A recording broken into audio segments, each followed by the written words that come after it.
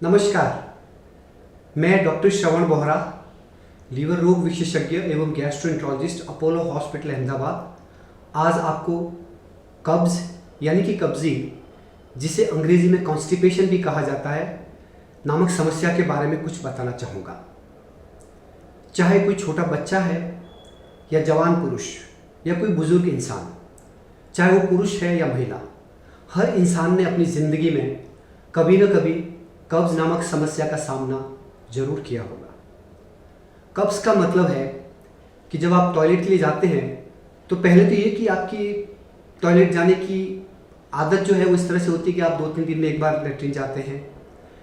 आपको टॉयलेट जाने में ज़्यादा जोर लगाना पड़ता है। आपका स्टूल एकदम हार्ड यानी कि सख्त होता है और बहुत देर तक टॉयलेट करने के बाद भी आपको लगता है कि आपका पेट साफ नहीं है, तो इसका मतलब आप कब्ज़ नामक समस्या से ग्रस्त हैं। कब्ज़ या कब्ज़ी ज़्यादातर लोगों को लंबे समय से चल रही होती है। मेरे पास जो रोगी आते हैं, कई लोगों को 10 साल से, 20 साल से, या कुछ लोगों को अपने जन्म से ये कब्ज़ नामक समस्या परेशान कर रही होती है, जिसको हम हमारी भाषा में क्रॉनिक कॉन्स्टिपेशन कहते हैं। क्रॉनिक यानी कि वो लंबे समय से चल रही है, उसका इलाज ले रहे हैं, लेकिन फिर भी समस्या अभी तक मिटी नहीं है, और ये सबसे प्रमुख तरह की कब्ज़ी मानी जाती है। दूसरा जो कब्ज़ी का रूप है, जिसको हम कम देखते हैं लेकिन ज़रूर देखते हैं, और वो है एक्यूट कॉन्स्टिपेशन। एक्यूट कॉन्स्टिपेशन का मतलब है कि किसी इंसान को ज़िंदगी में खाली पहली बार ये समस्या देखने को मिली है, और इस दौरान पहली बार इंसान को कब्ज़ी हो रही है, और वो 2 दिन, 3 दिन, 4 दिन, 5 दिन, कभी कभी 7 दिन तक अपना लेटरिन पास नहीं करता है, तो जिसको एक्यूट कॉन्स्टिपेशन कहते हैं। और इस दौरान उसका पेट फूल जाता है, उसको लगातार लेटरिन जाने की इच्छा होती है और उसकी भूख कम हो जाती है, तो इसको हम एक्यूट कॉन्स्टिपेशन बोलते हैं। अब आप जानना चाहेंगे कि आखिर इसके कारण क्या है। उम्र के साथ में कब्ज़ का एक एसोसिएशन है। ज़्यादातर लोग जो 50 साल की उम्र से ज़्यादा है, उनको कुछ कब्ज़ी की समस्या देखी जाती है, और जैसे जैसे उम्र 70 के पार चली जाती है तो करीब करीब 30% लोगों को ये कब्ज़ी नामक समस्या देखने में आती है। और गर्भावस्था के दौरान भी गर्भवती माताओं को ये कब्ज़ की समस्या ज़्यादा परेशान करती है। दूसरा जो प्रमुख कारण है कब्ज़ का, जो मैं आपको बताना चाहता हूँ, और वो है कि आपके खुराक की प्रॉब्लम। कुछ लोग अपनी खुराक में फाइबर बहुत कम मात्रा में लेते हैं, तो अगर आप फाइबर कम मात्रा में लेंगे तो आपके स्टूल का वॉल्यूम कम होगा, और ऐसे लोगों को कब्ज़ की समस्या अक्सर परेशान करती है। दूसरा मुख्य कारण है पानी कम पीना। नॉर्मल एक व्यक्ति को रोज़ करीब औसत 8 गिलास तक पानी पीना चाहिए, जो गर्मी में इससे दुगना भी हो सकता है। लेकिन अगर आप पानी कम पी रहे हैं तो आपका लेटरिन सूखा हुआ होगा और आपको अपने मोशन पास करने में काफ़ी तकलीफ होगी, आपको कब्ज़ी की समस्या का सामना करना पड़ेगा। एक और कारण होता है अपने रूटीन में बदलाव हो जाना। जैसे आप ट्रेन में सफ़र कर रहे हैं, आप अपने देश के बाहर कहीं विदेश चले गए, आपने सुबह का नाश्ता लंच मिस कर दिया, तो जब आपका रूटीन एकदम बदल जाता है तब भी आपको कब्ज़ी की समस्या का सामना करना पड़ सकता है। तो आपको इस चीज़ से बचना चाहिए। और मुख्य कारण है शिथिल जीवन। अगर आप दिन भर अपने ऑफिस में काम करते हैं, आपकी ज़िंदगी में फिज़िकल एक्सरसाइज या फिज़िकल एक्टिविटी, स्पोर्ट्स आदि के लिए कोई समय नहीं है, यानी कि आपकी लाइफ स्टाइल एकदम सेडेंट्री है, तो भी आपको कब्ज़ी की समस्या हो सकती है। और हाँ, कुछ लोग ऐसे होते हैं जिनको अब लेटरिन की इच्छा होती है तो उसको दबा देते हैं, तो वो बिल्कुल अच्छी बात नहीं है। अगर आपको लेटरिन जाने की इच्छा हो रही है और अगर आप टॉयलेट नहीं जा रहे हैं, तो धीरे धीरे आपकी आदत में परिवर्तन आ जाएगा, और बाद में आपको ये जो लेटरिन जाने की अर्ज है वो धीरे धीरे कम होती चली जाएगी, और बाद में आप कब्ज़ी की समस्या के शिकार हो जाएंगे। तो ये भी एक महत्वपूर्ण कारण होता है। इसके अलावा वंशागत, कुछ लोगों को वंशागत होता है, जैसे उनके माँ बाप को है, दादा दादी को है, तो उनको भी कब्ज़ की समस्या हो सकती है। अब मैं आपको बताना चाहूँगा कि कुछ ऐसे रोग भी है जिसकी वजह से भी कब्ज़ी हो सकती है, और उसमें बहुत तरह की बीमारियाँ हैं।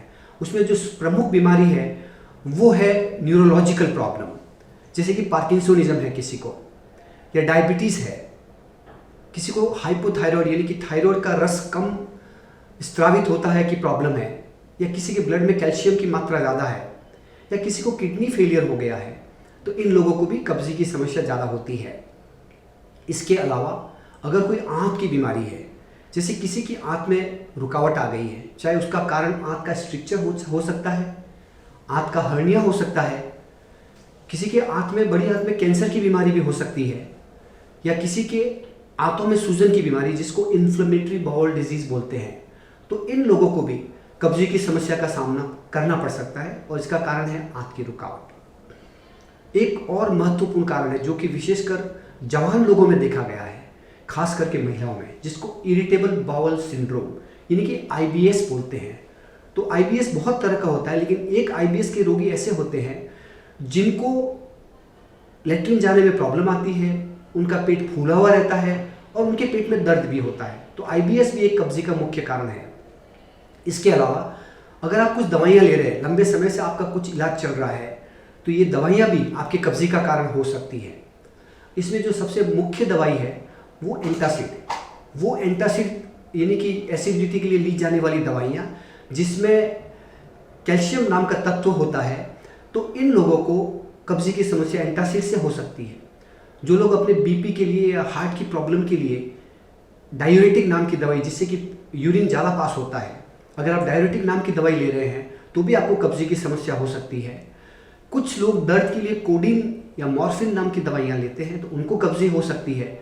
कुछ लोग डिप्रेशन के लिए एंटी डिप्रेशन दवाइयाँ लेते हैं, उनको कब्जी हो सकती है।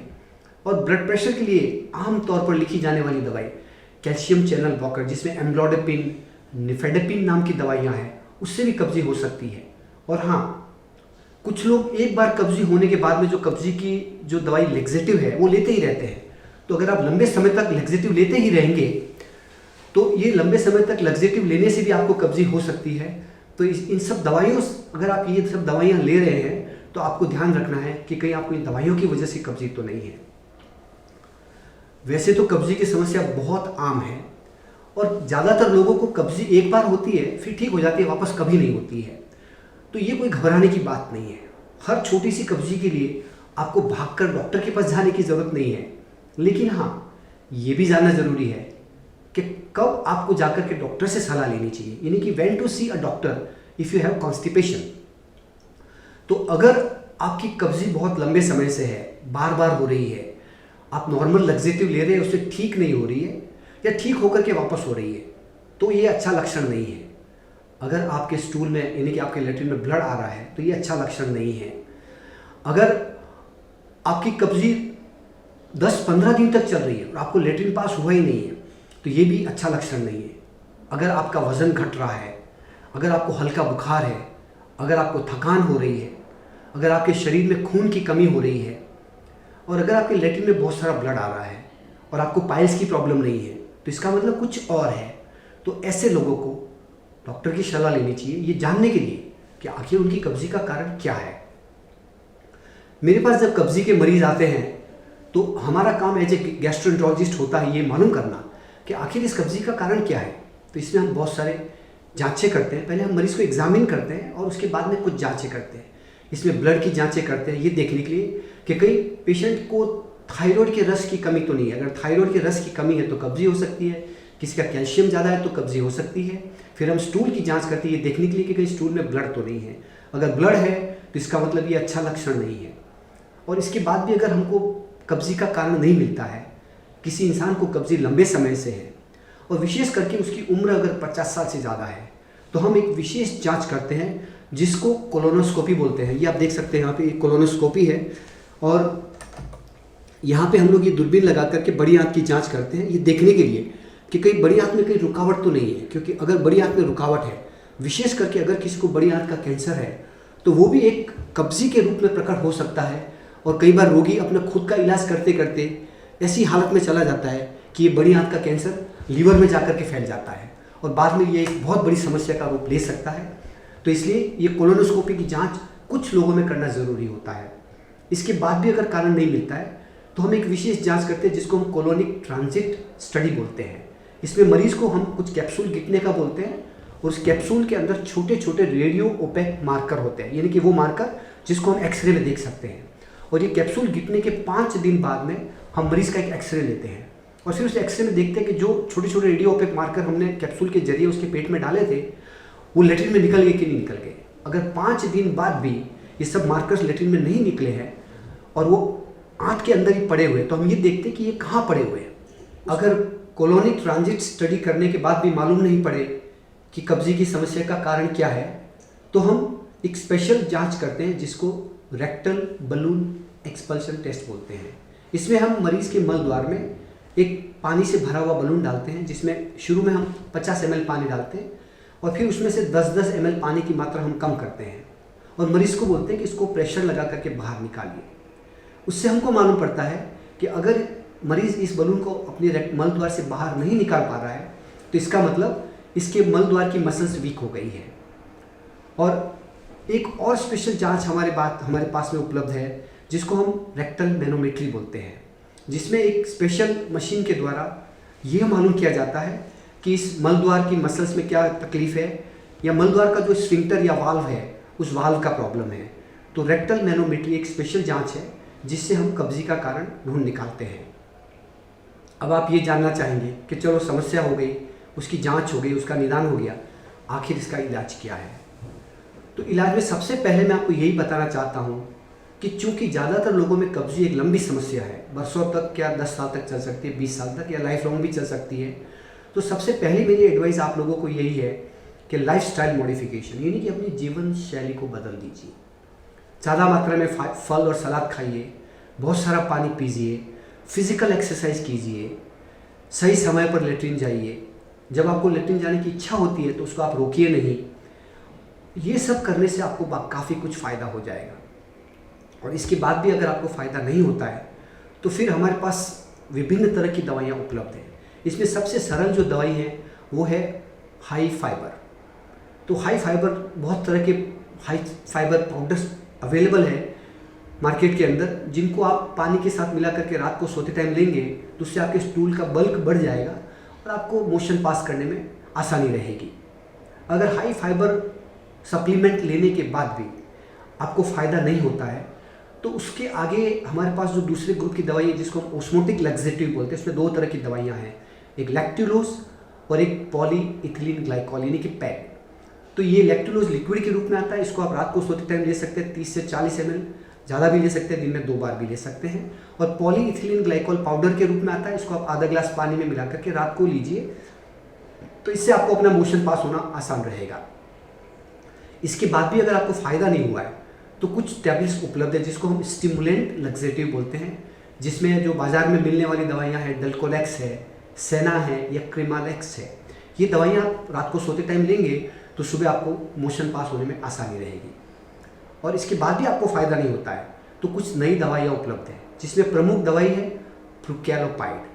प्रुकेलोपाइड नाम की दवाई जो बाज़ार में मिलती है और उसको लेने से विशेष करके उन लोगों को फ़ायदा होता है जिनके आँख की गति धीमी हो गई है, और ये दवाई 1 गोली रोज़ लेने से उनको काफ़ी फ़ायदा होगा। और ये दवाई अभी मार्केट में भारत में उपलब्ध है।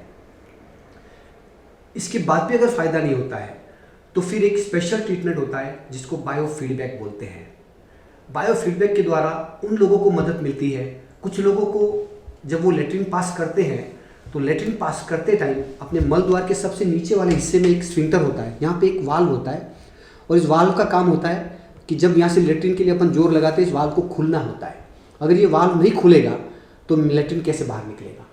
तो उन लोगों को बायोफीडबैक द्वारा ये सिखाया जाता है कि किस तरह से इस वाल्व को रिलैक्स करना ताकि उनका लेट्रिन आसानी से निकल जाए। तो ये एक और टेक्निक है हमारे पास इलाज के लिए। कुछ लोगों को क्लियर कट IBS नाम की बीमारी से कब्जी होती है। इन लोगों में विशेष करके पेट में दर्द होता है और पेट फूला हुआ रहता है और फिर उनको कब्जी होती है। तो ऐसे लोगों को IBS का इलाज करने से फ़ायदा होगा। अब मैं आपको ये बताना चाहता हूँ कि आखिर कब्जी का इलाज करना क्यों ज़रूरी है।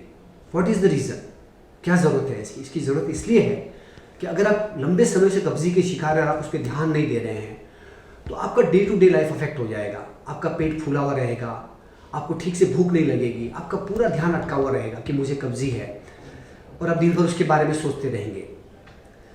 कुछ लोगों को इसकी वजह से डिप्रेशन भी हो सकता है और ये देखा गया है कि जिन लोगों को लंबे समय से कब्जी है उन लोगों की क्वालिटी ऑफ लाइफ भी अच्छी नहीं है, जो कि अच्छा संकेत नहीं है। इसलिए आपको कब्जी का इलाज तो कराना ही होगा, विशेष करके अगर आपको लंबे समय से है। अगर आप नहीं करवाएंगे तो हार्ड स्टूल की वजह से कुछ लोगों को मल द्वार के वहाँ चीरा पड़ जाएगा और वहाँ से पाइल्स और फिशर नाम की बीमारी हो सकती है, और मल द्वार से रक्त का स्त्राव भी हो सकता है। और फिर भी अगर आप ध्यान नहीं देंगे अपनी कब्जी के ऊपर तो आपका मल द्वार यानी कि रेक्टम में फंस जाएगा, सूख जाएगा, और उसको निकालने में आपको बहुत प्रॉब्लम आएगी, और ऐसी हालत में आपको हॉस्पिटल की शरण में जाना पड़ेगा। And last but not the list, जो कि हर बीमारी में बहुत ही ज़रूरी है, और वो है प्रिवेंशन। आखिर कब्जी का प्रिवेंशन या रोकथाम कैसे हो सकती है? तो रोकथाम के लिए यही है जो मैंने आपको समझाया। ज़्यादा पानी पीजिए, फल सलाद खाइए, फिजिकली एक्टिव रहिए, टाइम पे लेटरिन जाइए, अपना day to day routine fix रखिए। और कुछ लोगों को जो इंग्लिश कमोड होती है उसमें बैठने से ठीक से मोशन नहीं आता है, तो उनको इंडियन कमोड ज़्यादा सूट करती है, तो उसमें कोई बुराई नहीं है।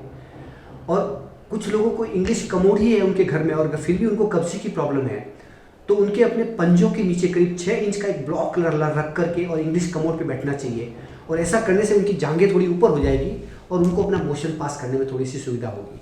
तो ये सब चीज़ें करने से कब्जी का प्रिवेंशन किया जा सकता है। धन्यवाद।